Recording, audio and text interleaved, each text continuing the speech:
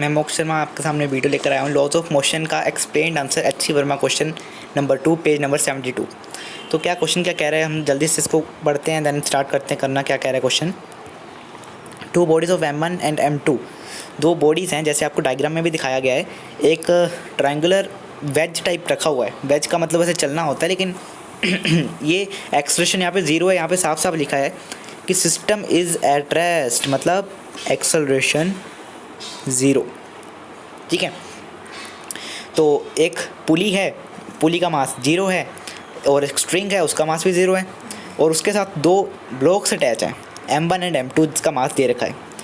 M1 जो है एक इंक्लाइंड प्लेन पे खड़ा है which is inclined at angle theta, and M2 एक सीधा लटका हुआ है नीचे को जैसे फिगर में दिखा रखा है। तो क्या पूछा है कि क्या निकालो, एक आपको ये थीटा निकालना है, थीटा की वैल्यू निकालनी है कितनी है, और आपको एक नॉर्मल फोर्स निकालनी है जो M1 के ऊपर इंक्लिनेशन लगा रहा है। और एक कंडीशन दे रखी है कि नॉर्मल की जो आपने निकालनी है ना, normal in terms of mass निकालना है, मतलब M1 एंड M2 के टर्म्स में आपने उस नॉर्मल को निकालना है। ये आपको कंडीशन दे रखी है साफ साफ। तो हम इसको, हमारा गॉड कर्म धर्म सबसे पहले क्या होता है कि जो चीज़ पूछी है उसका FBD बनाओ, मतलब फ्री बॉडी डायग्राम। बहुत इंपॉर्टेंट चीज़ है ये, हर क्वेश्चन में इस्तेमाल होगी लॉज ऑफ मोशन के। और अब जैसे कि यहाँ पे केस है इंक्लिनेशन का, तो ज़रा इंक्लाइंड मोशन को दर्शाने के लिए इंक्लाइंड बॉडी बनाओगे तो ज़रा ज़्यादा देखने को अच्छा लगता है और मज़ा भी आता है पढ़ने में। तो इसको मैं ज़रा M1 ऐसे लिख लेता हूँ, एंड देखो तो ज़रा, एक टेंशन फोर्स इधर को लगेगी, देन mg तो नीचे को लगेगा।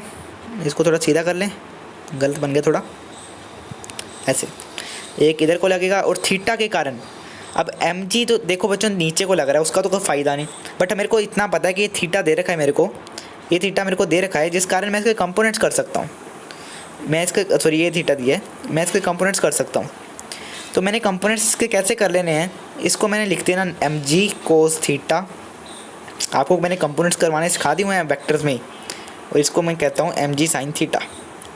इसका अगर मास M1 है तो, और ये M1 आ जाएगा बच्चों, इसको थोड़ा ठीक कर लो, और ये M1g, और ये आएगा हमारा टेंशन T। अगर मैं सेकंड वाले ब्लॉक का बना के देखूं तो इसका आएगा M2g, ऊपर को आएगा T आएगा।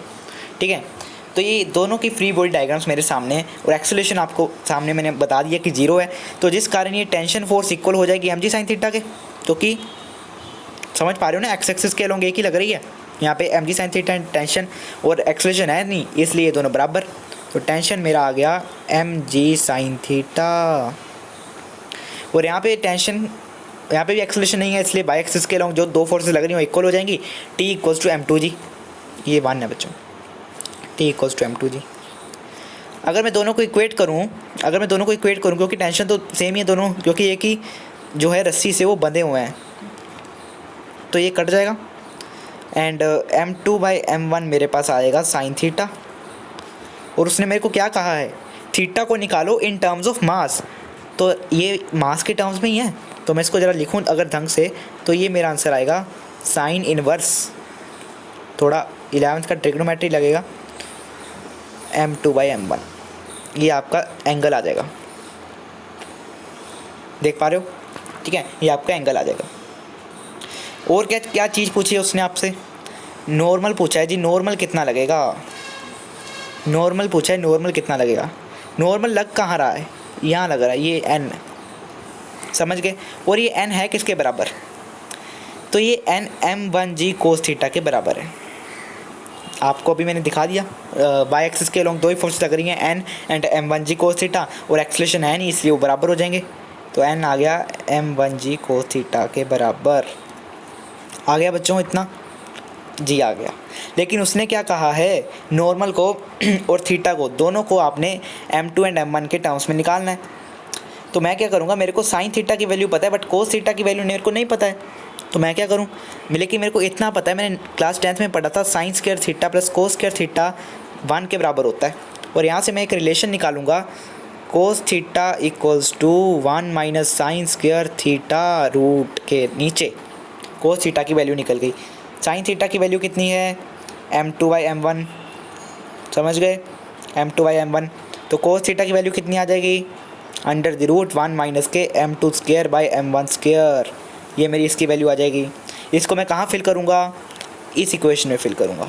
तो नॉर्मल की वैल्यू क्या आएगी, m1g under the root 1 minus के m2 का स्क्वायर डिवाइड बाई m1 का स्क्वायर। इसको थोड़ा और आप LCM वगैरह लेकर और भी अच्छा सुंदर बना सकते हो, लेकिन ये आपका आंसर यहाँ पे करेक्ट है।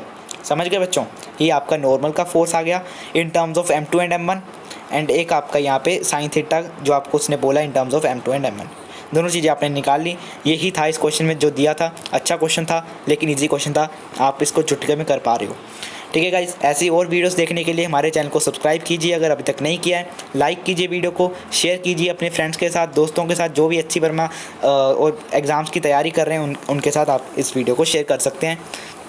बाय गाइस, अपने ऐसे और वीडियोस को और लेने के लिए, नोट्स लेने के लिए एंड एक्स्ट्रा कोई डाउट्स पूछने के लिए आप हमारे व्हाट्सएप ग्रुप, टेलीग्राम ग्रुप वगैरह को वेबसाइट पे हम आपसे विज़िट करवा सकते हैं, तो आप भी वहाँ पे हमें मिल सकते हैं। ठीक है गाइस, तो बाय, आज के लिए बस इतना ही।